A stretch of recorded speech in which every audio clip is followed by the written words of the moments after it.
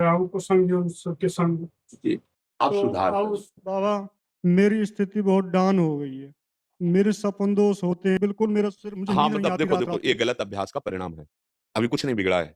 आप महाराज जी नपुंसकता आ गई बिल्कुल। अच्छा हम चीख-चीख करके जब कह देखो यद्यपि हमारा विषय नहीं है, हमारा विषय प्रिया प्रीतम वैराग्य मार्ग के पथिक है, पर इसलिए करुणा करके हृदय में कि जैसे अपने परिवार का सदस्य कोई गिर रहा हो, तो फिर उसकी बात सुननी चाहिए और उसको सहयोग देना चाहिए, जो भगवान ने हमें ज्ञान दिया है उसके अनुसार। इसीलिए कई वीडियो ऐसे पड़े हैं, पर वो इसीलिए, "ए सावधान हो जाओ, नहीं गृहस्थी लायक नहीं रहोगे।" अब उस शब्द को आप जो आप बोल रहे हैं, उसी पे उतार लीजिए।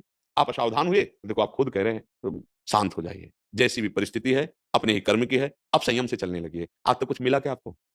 कुछ हाथ लगा कि अब मैं कृतकृत हो गया, मैं सुखी हो गया। आप लोग तो गृहस्थी में रहे हो, मनमानी आचरण किए हो, हर तरह से आप सुख लेने की चेष्टा की है, हर क्रियाओं में। आज बताओ, पश्चाताप, चिंता, शोक आप ऐसे कर रहे हैं। स्मृति का डाउन हो जाना, अब बोलो ज़िंदगी क्या रह गई है?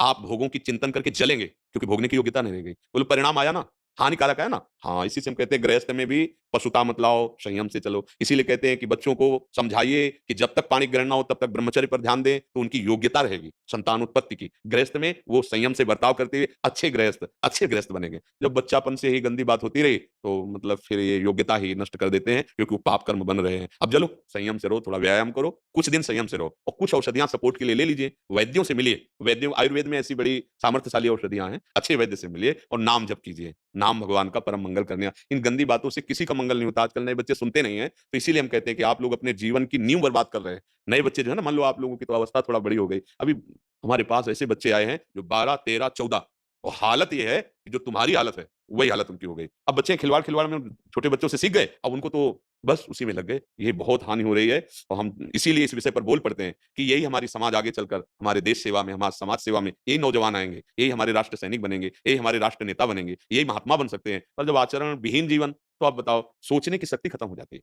कुछ भी कार्य करने का उत्साह नहीं रहता। शरीर के जोड़ों में दर्द शुरू हो जाता है। ज़रा-सी बात में भयानक गुस्सा पैदा होती है। मतलब पूरा का पूरा वो जीवन बर्बाद सा हो जाता है। अभी समय है, चलो, अभी समय है। नाम जप करते रहो, किसी अच्छे आयुर्वेदिक डॉक्टर से मिलो, वैद्य से, उससे औषधियाँ लो, संयम से चलो। कोई ऐसी हरकत ना करो। तो धीरे-धीरे क्योंकि अब कम चांस है।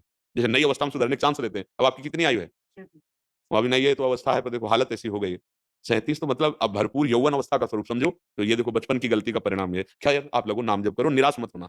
बौद्धिक स्तर निराश ना होने पाए, नहीं तो जीवन ही फिर ये कभी-कभी गलत सलाह देने लगता है कि अब तो हमारा जीवन ही बेकार हो गया, तो चलो जीवन ही खत्म कर देते हैं। कितने ऐसे बच्चे आए, नहीं, नहीं, नहीं, ये जीवन केवल भोगों के लिए नहीं मिला है। रामकृष्ण हरि, राधा, राधा, राधा और कुछ भी असंभव नहीं नाम से, ये भी बात तुम्हें बता दें, जहाँ औषधि काम नहीं करती, वहाँ नाम काम करता है।